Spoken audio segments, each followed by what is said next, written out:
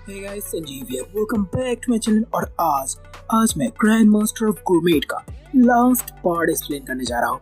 Guys, grand master of gourmet की ये last story अगर आपको जरा से पसंद आती तो प्लीज आप मेरी वीडियो को बस अपने एक दोस्त से शेयर जरूर कर देना.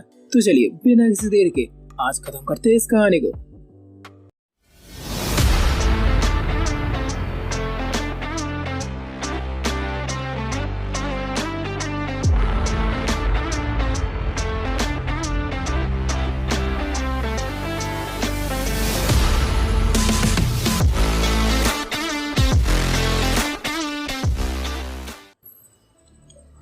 तो गाइस, शुरुआत में हम देखते कि सभी ने की स्किल और तकनीक देखकर पोत देता है यूनर, एक्स्ट्रा स्पाइसी. तीनों ये अपने आप को जरा भी ढील नहीं देते और तुरंत ही अपने काम पे लग जाते हैं. आखिरकार अपने भैया की इज्जत का सवाल था. उन्होंने सोच लिया था कि उनकी इज्जत धूल में मिल जाए, मिट्टी में मिल जाए, लेकिन अपने भैया की इज्जत पर एक दाग भी नहीं आनी चाहिए. इसलिए आज वो अपना बेस्ट देते हैं और कुछ ही देर में बना देता है रोस्टेड फिश. इसके बाद बारी आती है पब्लिक की टेस्टिंग का. पब्लिक भी दोनों खाने को दिल खोल कर टेस्ट करते हैं. दोनों का टेस्ट सभी को बहुत ज्यादा अच्छा लगता है, लेकिन जो लोगों को सबसे ज्यादा पसंद आई थी वो थी French style red wine made steak, जो किसी और का नहीं था, सबीना का. इसका मतलब साफ था, वो जीत चुकी थी. लेकिन यूनर मैडम को अपनी हार मंजूर नहीं होती. वो भाग कर जाती है और सबीना के खाने को टेस्ट करती. और टेस्ट करने के बाद उन्हें समझ में आ जाता है कि सबीना का बनाया खाना उससे कई ज्यादा बेहतर है. इस बात से मैडम पूरी तरह से टूट फूट जाती है. वहाँ दूसरी तरफ अपने जीत की घमंड में चूर सबीना बड़े रुआब से जाओ मैडम से कहती है, अब देख मैं जीत गया, अब चले लूशियन को बुला. जाओ मैडम भी ये बात मानती कि लड़की भी कोई लल्लू पल्लू नहीं है जिसके साथ डील करने के लिए उसने उसका मकल यूनर को भेजा था. लेकिन मैडम ने तो ठान लिया था कि वो सारे बर्तन इसी लड़की से धुलवाएंगी. हाँ, इसलिए इससे पहले सबीना पाती कुछ सोच कह कर जायची से लेती है वो उसे दबोच. फिर देखते ही देखते शाम हो जाती है. वक्त हो जाते है अपने भैया के आने का और अपने भैया आ भी जाते. अपने नए रेस्टोरेंट स्थापित करने के बाद से अपने भैया बहुत ज्यादा खुश थे, लेकिन अंदर आते ही उन्हें शौक सा लग जाता है. अपने पूरे रेस्टोरेंट को खाली देखकर उन्हें ऐसा झटका लगता है कि वो अपने आप को संभाल नहीं पाते. अगर उन्हें कुछ दिखता है तो वो था झाड़ूदार जायची, जिसे देखकर वो बेचैन होते पूछते, अबे हुआ क्या है? और जायची किसी अच्छे बच्चे की तरह सारा वाक्यांश सुना देता है. सारा सब कुछ सुनने के बाद अपने भैया सीधा पहुंच जाते किचन में, जहाँ पर वो देखते एक्स्ट्रा स्पाइसी, पोटेटर और यूनर तीनों ही अपना सामान समेट रहे. जिसे देखकर अपने भैया आग बबूला हो जाते हैं. वो भड़कते हुए कहते हैं, एक्स्ट्रा स्पाइसी, पोटेटर, यूनर, क्या हुआ तो तुम हार गए? तो इसका मतलब यह है तुम्हारे पास सीखने के लिए अभी भी बहुत कुछ है. अब इतनी जल्दी हार मत मानो. तभी पोतेतर अपने भैया से माफी मांगता है. यूनर भी अपने भैया से माफी मांगती है. तभी अपने भैया यूनर के सर पर हाथ फेरते हुए बड़ी प्यार से कहते हैं, अब फिक्र न, इसमें तेरी कोई गलती नहीं, इसमें पूरी गलती मेरी है. मैंने तुम्हें सही से नहीं सिखाया है, लेकिन अब फिक्र न, मैं तुम्हें और भी अच्छे से सिखाऊंगा. जिसे सुनकर यूनर मैडम भी शर्माते हुए मान जाते. इसके बाद अपने भैया चले जाते उस रहस्यमय चैलेंजर से मिलने के लिए. अपने भैया ने सोचा था कि उस रहस्यमय चैलेंजर का एक अलग ही रुआब होगा, एक अलग ही ठाठ होगी, एक अलग ही शान होगी. लेकिन उन्हें जो दिखता है उससे तो उनके तोते उड़ जाते हैं, क्योंकि उन्हें दिखता है कि हमारी जाओ मैडम अपने हाथ में कोड़ा लिए लगातार उस चैलेंजर को फटकार लगाई जा रही है और उससे गधे मजदूरी करवा रही है, मतलब बर्तन धुलवा रही है. और वो चैलेंजर भी रोते बिलखते जाओ मैडम की हर बातें मान रही थी और लगातार बस एक ही बातें दोहराई थी, मैं तो जीत चुका था तो मैं तुम्हारी बातें क्यों मानूं. अपने भैया को इस दृश्य की उम्मीद नहीं थी.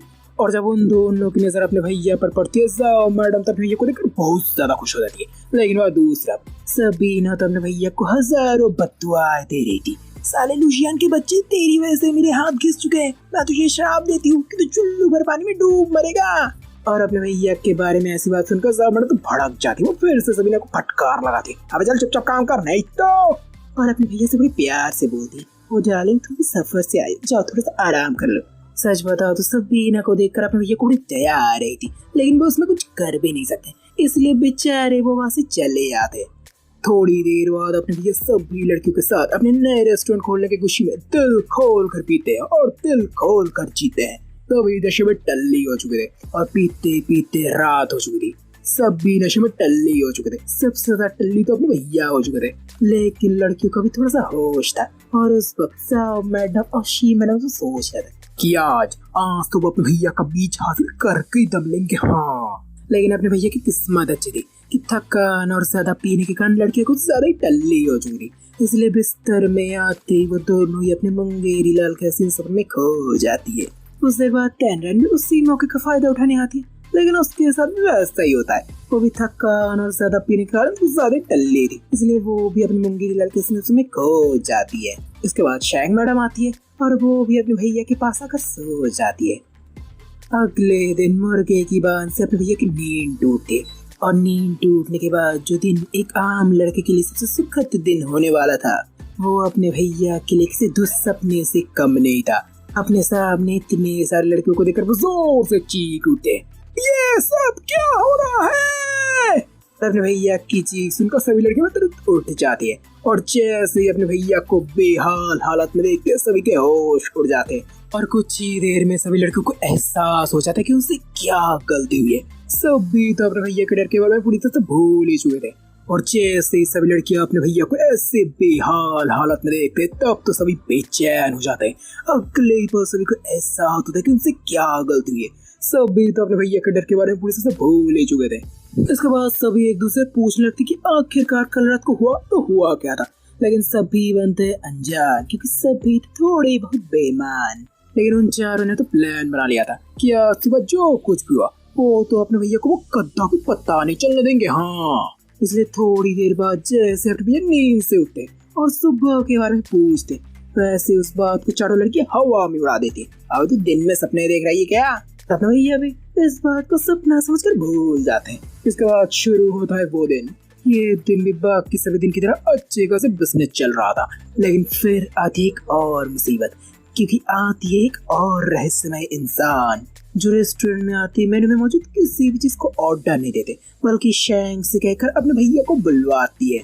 जिसे देखकर शैंग मैडम समझ लेते कि फिर से कोई ना कोई अपने भैया को चैलेंज करने आया है, इसलिए वो तुरंत अपने भैया को बुला लेते और अपने भैया भी सभी चीजों के लिए पहले से ही तैयार थे, इसलिए वो बड़े इज्जत से उस रहस्यमय इंसान से कहता है, सर मैं आपके लिए क्या मदद कर सकता हूँ। लेकिन इससे पहले वो इंसान कुछ बोलता, पीछे से गुस्से से भौंकती हुई आवाज सुनाई देती है, साले लुशियान के बच्चे, मैंने तेरे सारे बर्तन धो दिए, क्या अब तू मेरा चैलेंज स्वीकार करता है? जैसे सुनकर अचानक से वो रहस्यमय इंसान कहता है, तुम मुझसे नहीं जीत सकते। और ये सुनकर सबीना और अपने भैया दोनों ही भौचक्के रह जाते हैं। इस बात से नहीं कि इस इंसान ने ये बात कही थी, लेकिन ये आवाज उन दोनों की काफी ज्यादा जानी पहचानी सी लग रही थी। इन वो रहस्यमय इंसान फिर कहता है, जब तुम मुझसे ही नहीं जीत सकते, जब तुम मुझे ही नहीं हरा सकते, तो तुम लुशियन को कैसे हराओगे? ये आवाज जानी पहचानी इसलिए लग रही थी क्योंकि ये कोई और नहीं, ये थी एमिली, जिसे देखकर दोनों सबीना और अपने भैया दोनों ही भौचक्के रह जाते हैं। लेकिन अगले ही पल अपने भैया के खुशी ठिकाना नहीं देता। खुशी के मारे वो तुरंत एमिली को गले से लगा लेती है। एमिली को भी इस बात का जरा सा भी अंदाजा नहीं था कि उनकी तरह लियू भैया भी उन्हें इतना ही ज्यादा मिस कर रहे थे कि इस दौरान उनका डर भी उन पर हावी नहीं होगा। और इसे देखकर तो तीनों लड़कियों को धक्का सा लग जाता है। उनका तो वक्त बदल जाता है, जज्बात बदल जाते हैं, सब कुछ बदल जाते हैं। उन्हें यकीन नहीं हो रहा था कि अपने भैया किसी लड़की के इतने भी करीब हो सकते हैं। लेकिन फिर दूसरी तरफ एमिली भी जितनी जल्दी हो सके अपने भावनाओं को समेटती है और बेचैन होती हुई कहती है, लुशियान तुम्हें जितनी जल्दी हो सके यहाँ से भाग जाना चाहिए। इंपीरियल आर्मी किसी भी वक्त तुम्हें यहाँ पर मारने के लिए आ सकती है। और इंपीरियल आर्मी का नाम सुनते तीनों लड़कियों के कान तो कुत्ते की तरह खड़े हो जाते। वो तुरंत एमिली से इस बारे में पूछते, तभी एमिली बताती है, हाँ इंपीरियल आर्मी यहाँ पर लुशियान को मारने आ रही है, जिससे कुकिंग का पूरी तरह से नामो निशान मिटा सके। वो लोग मुझे भी कैद करते, लेकिन इससे पहले मैं वहाँ से भाग आए थे।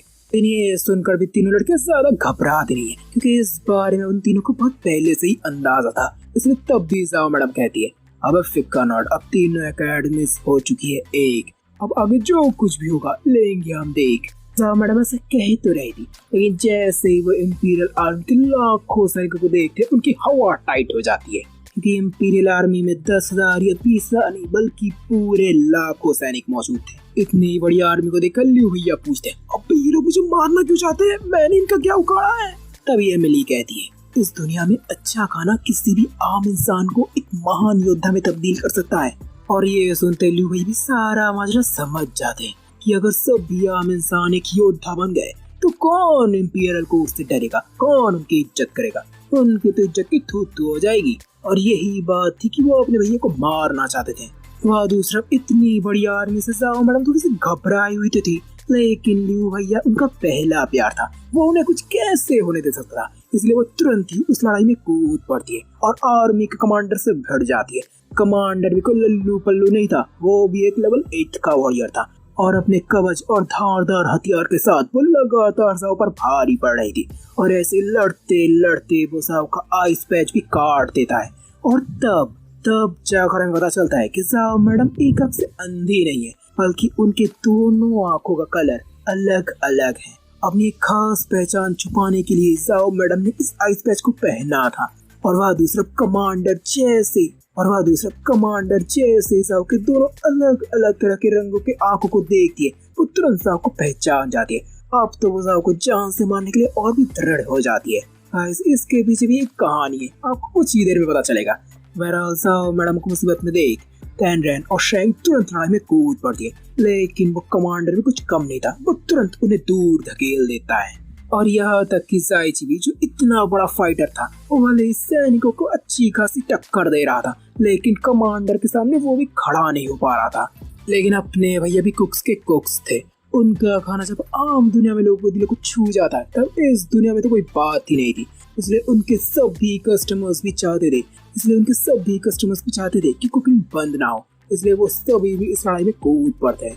इतने सारे लोगों को अपने सपोर्ट में देख तीनों एकेडमीज के लोग फिर से अपनी हिम्मत जुटाते हैं और लड़ने के लिए आगे बढ़ जाती है। टैनरैन भी लड़ने के लिए दोबारा उठती है, लेकिन जैसे ही वो लड़ने के लिए आगे बढ़ती है, एक भयानक आदमी पीछे से आकर उसे तुरंत दबोच लेती है और उसके कान में धीरे से कहती है, तुम भी उन इंसानों से हो जो पहले बच चुके थे। क्या तुम्हें इस बात का जरा सा भी अंदाजा है कि तुम्हारे डैड को मारने वाला कोई और नहीं बल्कि मैं ही हूँ? और ये सुनकर टैनरैन को जरा सा भी गुस्सा नहीं आता, बल्कि वो तो मानो एक अंधेरी काली दुख के रसल में डूब जाती।